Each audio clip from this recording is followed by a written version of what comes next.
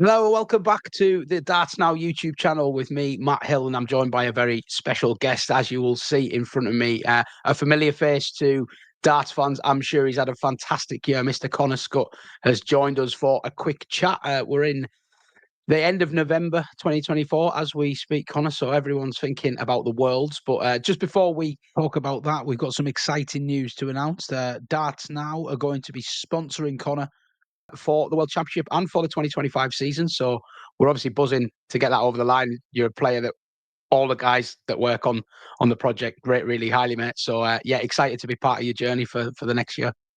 Yeah, I'm very excited to be part of the team. I've seen some of the stuff you guys put out, and it's really quality stuff. So I'm very happy to be part of the team.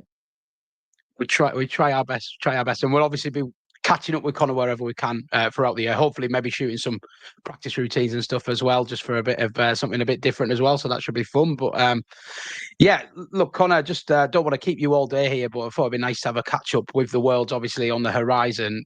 Before we talk about what's coming up in the next few weeks, I thought for people who aren't aware, just go back to your career today, because you've had a really interesting path so far. Obviously, getting your tour card at the start of January 2022, getting your 2 years on the tour, where I thought you actually did really well, had some great success there, made a Pro Tour final and a semi-final.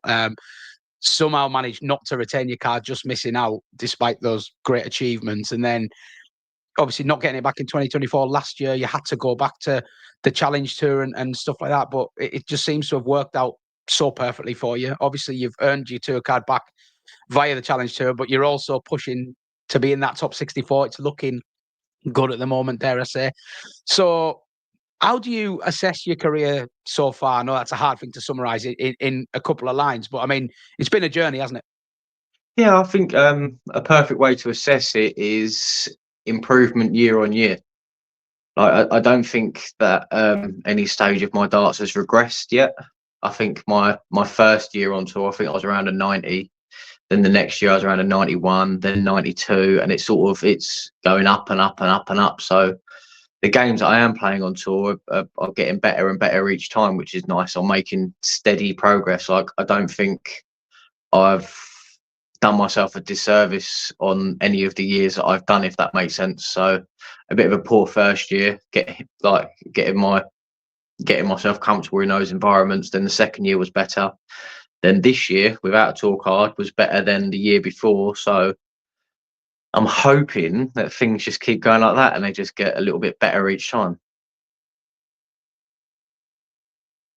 It's a bit of a weird one for you this year, wasn't it? Because you don't have that tour card, I suppose you're not guaranteed to be in a lot of events that you would with a card. But because you were doing so well on the Challenge Tour, you were getting called up more often than not. And does that motivate you more to make an impression when you don't have that card, but you get that call up? Like, do you feel like you've got to grasp that opportunity more in any way?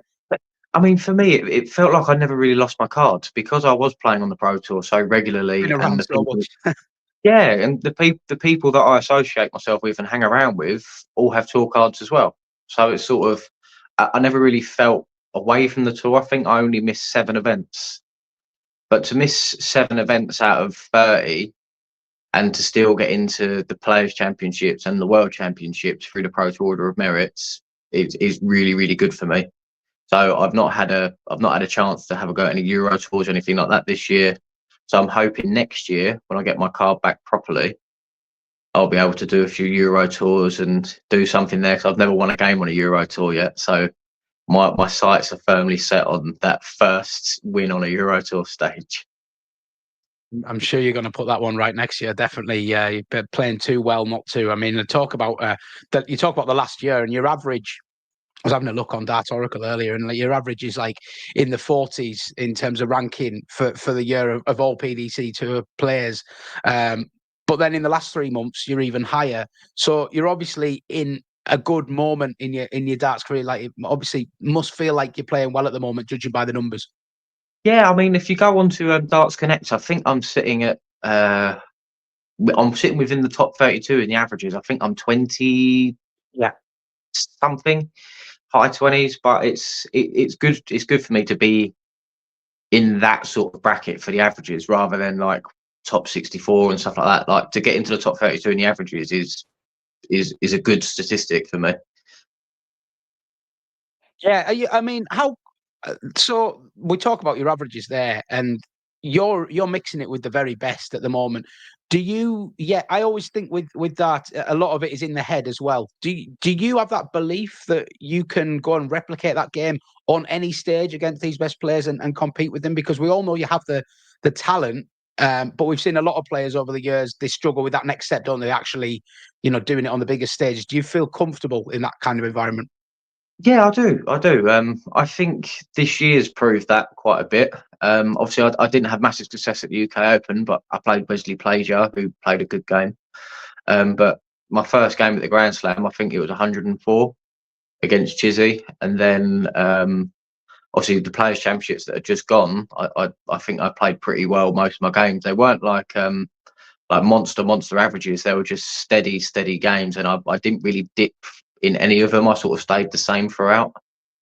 So that's a big bonus for me. That it just means that floor to TV, there's not really too much difference. Where for some people they find the transition very difficult, but for me, I haven't struggled with that transition. I think the game against Dirk was actually the first game I've lost on the main stage at Butlins. I played, I think, 2 UK Open games up there, my first and second year, won both of those. Obviously, I played my good friend of mine, Martin. I played Daryl Gurney, and Dirk was the first one to beat me on the main stage up there. So I had a little bit of a run of wins on the main stage at Butlins, to be fair. Definitely, and that was a narrow loss as well, 10-9, only coming down to kind of who had the throw, wasn't it, really, in that last leg? But it was that game was nip and tuck all the way. To be within a leg of a major TV semi-final, your first major TV quarter-final, you must reflect on that weekend as a massive success. Yeah. I mean, I made a few mistakes during the weekend, especially in the game against Dirk, but nothing that I can be too disheartened or disappointed about. It's just on another day those opportunities go, but on that day it didn't. I mean, Dirk's 180 with 220 left, and then hit the tops first start 13 dart leg. I would have had to have gone out in 12 that leg to break anyway. So sort of okay, I hit a 12 to make it a decider. Maybe another 12 was a bit of a step too far. And all these great achievements we talk about in this year, it means that you have got yourself at the moment into that top 64. And for those who don't know, that means that you can, if you finish the year in the top 64, you can retain that money, can't you, going into next year, which is a massive boost for your prospects of kicking on again and getting into that top 32. Because there's been revisions to the calendar with the PDC recently that can make it difficult for players to rise up the ranks quickly. But you're in a great position. Is that something that you've got in the back of your head that if I get into that top 64, top 32 is doable next year? The goal for this year now is to get into the top 64. But if it doesn't happen, it doesn't happen. I've got 2 full years with no money coming off after those 2 years. So it's sort of, I think regardless, I'll see myself in the top 64 within the next few years, even if it doesn't happen this year. It would be nice to do so, because I think I'm only 3 spots out of the match play at the minute and things like that. It would be really nice to nick that top 64 spot, just to give myself a chance at those extra special majors. That is all going to come down to how the world pans out. Obviously, we will come on to that in a second. But firstly, I just want to talk to you. You've already mentioned him in this interview. Martin Lukeman, a very good friend of yours, I know, and a practice partner, has had a fantastic run recently in the Grand Slam of darts all the way to the final. He had an unbelievable go there. Martin, you must have been so happy to see him go so deep at such a big tournament. Yeah, definitely. Because I've seen how well he's been playing just lately, and the work that he's been putting in has been ridiculous. I don't think Martin's ever put this much work in. He's putting in loads. So it's nice to see it paying off for him, because we've been having some great games on the Scolia and stuff like that. Like he's really been tearing the board up. But no, yeah, it's lovely to see him do well. Really nice to see him do well. When you see players like Martin, obviously we've had other sort of mid-ranked players going really deep, winning tournaments. Like even Mike Decker, Richie Edhouse having success, Jermaine Watamina having a lot of success recently as well. That must give you confidence that you have the ability to match and better some of these guys. You must know that you can go deep at these tournaments too. Yeah. I think the quarterfinals recently was a proof in the pudding for that, really. That I think a lot of people were expecting the winner of Daryl or Michael to beat me and then get into the quarters or potentially the semis. I think I was a bit of a banana skin, to be honest, because they're both absolutely quality opponents. And to be honest, did I expect to beat either of them? Maybe not. I know on my day I can, but obviously odds are I probably wouldn't 9 times out of 10.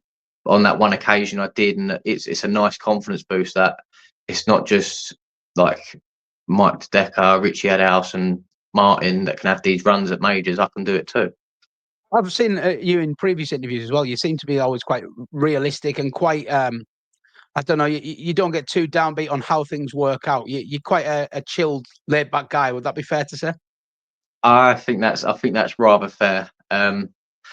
I think I've watched so many interviews and stuff in the past that it's sort of, I don't want to say anything that could potentially upset people or anything like that, because I'm not built that way. I quite like playing darts, and I quite like there not being any animosity. Yeah, no, keep your powder dry. That's fair. Yeah. So we'll better move on to the Worlds then. Obviously, as we speak, we're 2.5 weeks out. The draw, I don't know. Was it kind to you? I would say possibly not. I mean, you've got Ben Robb, although he's an international qualifier. We've seen a lot of Ben on the Ali Pali stage. He is a dangerous, capable player. He'll fancy giving you a good game. But if you do happen to get through that, you then play Damon Heta, who I know is a friend of yours and a practice partner of yours. And I saw Damo tweet, can we do the draw again, please, after that one came out? So I don't think anyone out of that trio is particularly happy with the draw. How are you feeling about it? I don't think any of us are happy with the draw, to be honest. I think Damon's right and it should be redone.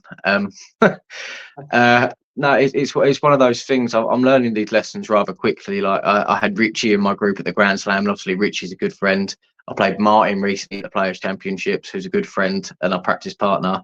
And obviously I'm going to be playing, well, potentially Damo at the Worlds, who's also a practice partner and a good friend on tour. And it's like, I've got to learn the lessons of being able to play people I'm close with, and it's all sort of coming thick and fast at the minute.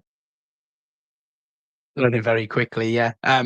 Your Ali Pali debut, obviously, you had a great time of it. Really, you convincing win over Christoph Chuk in straight sets, and then coming up short to Gezi. But Gezi was kind of the man of the moment at that time, playing extremely well, and you didn't do yourself a disservice in defeat. So, what can you take from that previous experience on the Ali Pali stage into this year? Any lessons you learned on that first trip? No panic. I think I was fine against Kachuk. I was up there enjoying myself. Before I played Gezi, I think I was thinking about my tour card, because I knew I had to beat Gezi to retain it because of how all the other results went. I think Mario van den Boogaard, I think he'd won his first game at Alexandra Palace as well, which knocked me out of the spot for the top 64, and it was all dependent on that game. And I think I put far too much pressure on myself, and I sort of went into panic mode a little bit. I felt quite flat when I went up there, and I think it's because I was just really, really wanted to win the game, and then it just didn't quite work out for me, really. But hopefully now, a little bit more experience under my belt, less panic mode, more just throwing. No, I've seen some people even speculating that they want to have like a few quid on you at like 100 to 1 to win the World Championship. I mean, you do seem to have really impressed darts fans with like how talented you are and some of the results you've had. I mean, you had a Pro Tour final this year, lost to Gary Anderson. You can definitely mix it with the best. Just want to ask you about that Gary Anderson game actually, because I remember watching that final, and you both had a brilliant day, but you both made really slow starts, didn't you? And you could have easily been 3-1 or 4-0 up in that game, and then Gary kind of clicked into gear after that, and that was that. But I mean, did it feel like a bit of an opportunity missed there? It did for a bit, but then I had, what was it, 3 chances for a 170 in that match, all on the ball. And none of them were going. It's just like, it's just not my day. Like sometimes it's my day. Like during the day, I think in total I missed 11 darts for the ball for 170 that day. And it was most of those games, I was getting a chance at the 25 afterwards, like to take the 25 out. Against Gary, I don't think I got a single chance to take out the 25, and it was like, okay, this is what I'm up against. And even I think I had a shot at 147 that could have changed the game and just missed a dart double. It was all sort of wires, like, but if they go in, I might have won. If they don't, then obviously I lose. Gary is far too much of a class act not to have picked up on those misses.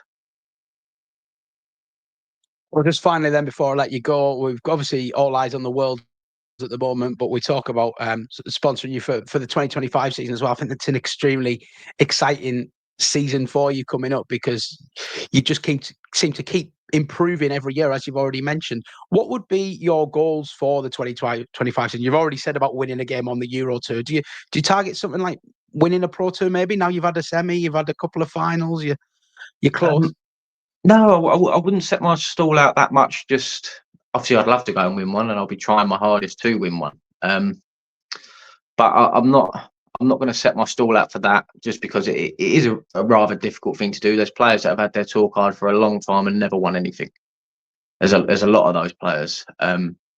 So to win one would be great, but that's not what I'm focusing on. It's just gradual improvement still. As long as I can just keep finding that extra couple of percent and become more and more difficult to beat, then that will do me for now. Maybe one day in like 3-4 years' time, I'll be saying, well, I want to win this, I want to win that. But at the minute, I'm just focusing on getting better and better and more difficult to beat. Brilliant. Well, I'm sure there's going to be some exciting moments coming up this season. We wish you all the best, and I'm sure we'll be in touch again. Good luck at Ali Pali. We look forward to seeing the Darts Now logo on your shirt, and we'll be willing you on in your first round and second round games as well. So best of luck if you get them. Lovely. Thank you very much. And I can't wait for Ali Pali.